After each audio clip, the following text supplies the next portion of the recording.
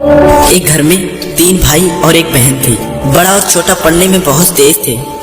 उनके माँ बाप उन चारों से बहुत प्यार करते थे, मगर मझले बेटे से थोड़ा परेशान थे। बड़ा बेटा पढ़ लिख कर डॉक्टर बन गया, छोटा भी पढ़ लिख कर इंजीनियर बन गया, मगर मझला बिल्कुल आवारा और गंवार बन के ही रह गया। सबकी शादी हो गई। बहन और मझले को छोड़कर दोनों भाइयों ने लव मैरिज की थी। बहन की शादी भी अच्छे घराने में हुई थी। आखिर भाई सब डॉक्टर और इंजीनियर जो थे, अब मझले को कोई लड़की नहीं मिल रही थी। बाप भी परेशान और माँ भी परेशान। बहन जब भी मायके से आती तो सबसे पहले अपने बड़े और छोटे भैया से मिलती, मगर मझले से कभी नहीं मिला करती थी, क्योंकि ना तो वह कुछ दे सकता था और ना ही वह जल्दी घर पे मिलता था। पैसे पर वो दिहाड़ी पे मजदूरी करता था, पढ़ नहीं सका था ना, इसलिए नौकरी कौन देता। मझले की शादी किए बिना पिता गुजर गए। माँ ने सोचा कहीं अब बंटवारे की बात ना निकले, इसलिए अपने गांव की एक सीधी सादी लड़की से मंझले की शादी करवा दी। शादी हो जाने के बाद न जाने क्या हुआ कि मंझला एकदम लगन से काम करने लगा। दोस्तों ने कहा, ये चंदू आज अड्डे पर आना। चंदू ने कहा, आज नहीं फिर कभी दोस्त। दोस्तों ने कहा कि शादी के बाद तो जैसे बीवी का गुलाम ही हो गया। चंदू बड़े प्यार से बोला, अरे ऐसी बात नहीं है, कल मैं अकेला एक पेट था, अपने रोटी के हिस्से कमा लेता था, अब 2 पेट हैं। घर वाले नालायक कहते थे तो चलता था, मगर मेरी बीवी मुझे नालायक कहे तो मेरी मर्दानगी पर एक भद्दी कालिक है। एक पत्नी के लिए उसका पति एक घमंड और एक उम्मीद होता है।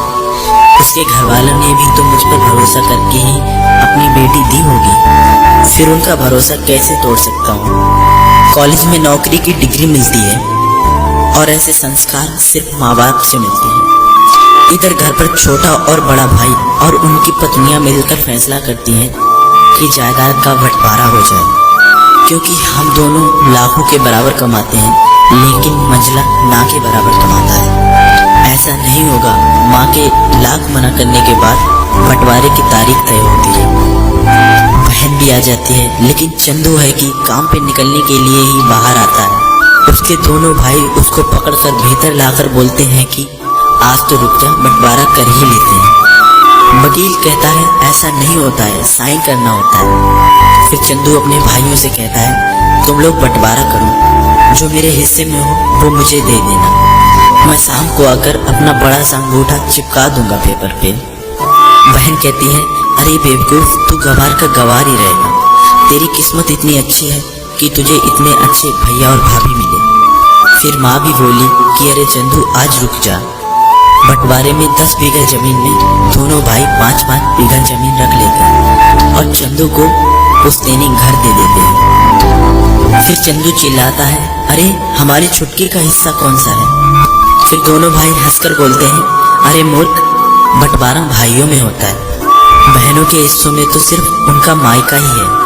फिर चंदू बोलता है, शायद पढ़ा लिखा ना होना भी एक मूर्खता है। आप दोनों ऐसा करो, मेरे हिस्से की वसीयत मेरी बहन छुटकी के नाम कर दो। फिर दोनों भाई चकित होकर बोलते हैं, फिर तुम?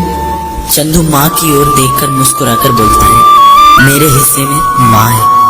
फिर अपनी बीबी की ओर देखकर मुस्कुराकर बोलता है, क्या मैंने गलत कहा? उसकी पत्नी अपनी सास से लिपटकर कहती है, इससे बड़ी वसीयत क्या होगी मेरे लिए कि मुझे माँ जैसी सासू मिली और बाप जैसा ख्याल रखने वाला पति मिला। बस यही शब्द थे जो बंटवारे को सन्नाटे में बदल देते हैं। बहन दौड़कर रोकर अपने गंवार भैया के गले से लगती है और कहती है, मुझे माफ कर दे भैया, क्योंकि मैं समझ ना सकी आपको। चंदू अपनी बहन को बोलता है कि इस घर में तेरा भी उतना ही अधिकार है जितना हम सबका है। मैंने माँ का चुनाव इसलिए किया क्योंकि तुम सब मुझे याद आओ, क्योंकि ये सब वही कोख है जहाँ हम सब लोगों ने 9-9 महीने गुजारे हैं। माँ के साथ साथ तुम्हारी यादों को भी मैं रख रहा हूँ। दोनों भाई दौड़कर मझले से गले रखकर रोते रोते कहते हैं, आज तो सचमुच का बाबा लग रहा है, सबकी पलकों पे पानी ही पानी है। सब एक बार फिर से साथ साथ रहने लगते हैं। दोस्तों, जब लोग अनपढ़ थे तो परिवार एक हुआ करते थे। मैंने टूटे हुए परिवारों में अक्सर पढ़े लिखे लोग ही देखे हैं।